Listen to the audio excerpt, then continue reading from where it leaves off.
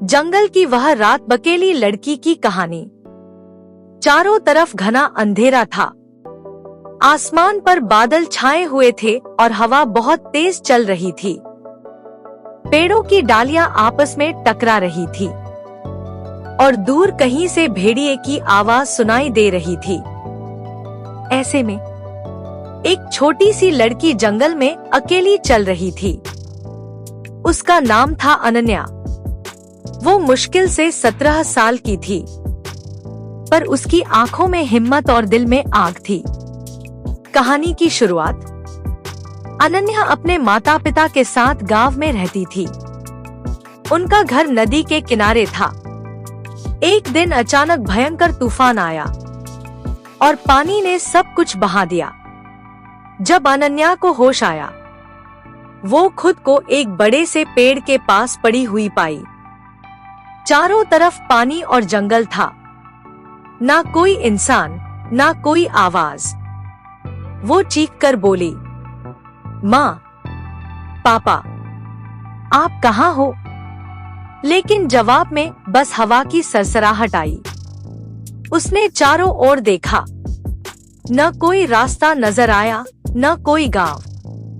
फिर भी उसने अपने आंसू पोंछे और कहा, अगर मैं डर गई तो शायद कभी घर नहीं पहुंच पाऊंगी। हिम्मत की शुरुआत। रात गहरी हो चुकी थी। ठंड से उसका शरीर कांप रहा था। वो पास के सूखे पत्ते इकट्ठा करके आग जलाने की कोशिश करने लगी। कई बार असफल हुई, पर आखिरकार चिंगारी जली और आग बन गई। आग की गर्मी ने उसे कुछ सुकून दिया। वो धीरे से बोली, माँ हमेशा कहती थी, कोशिश करने वाले की कभी हार नहीं होती। वो पूरी रात आग के पास बैठी रही, कभी डरती, कभी रोती, पर हर बार खुद को समझाती, डर मत, बस थोड़ा और सब्र। अगली सुबह सूरज की किरणें पेड़ों के बीच से छनकर आईं। जंगल अब थोड़ा कम डरावना लग रहा था। वो उठी और रास्ता खोजने लगी। कभी झाड़ियों के बीच से गुजरती, कभी नालों को पार करती। रास्ते में उसे एक घायल हिरण मिला। उसने अपने स्कार्फ से उसका घाव बांधा। हिरण धीरे से उठकर उसकी तरफ देखने लगा, जैसे उसे आशीर्वाद दे रहा हो। वो मुस्कुराई और बोली, जब तक किसी की मदद करने की ताकत है, तब तक हम अकेले नहीं हैं।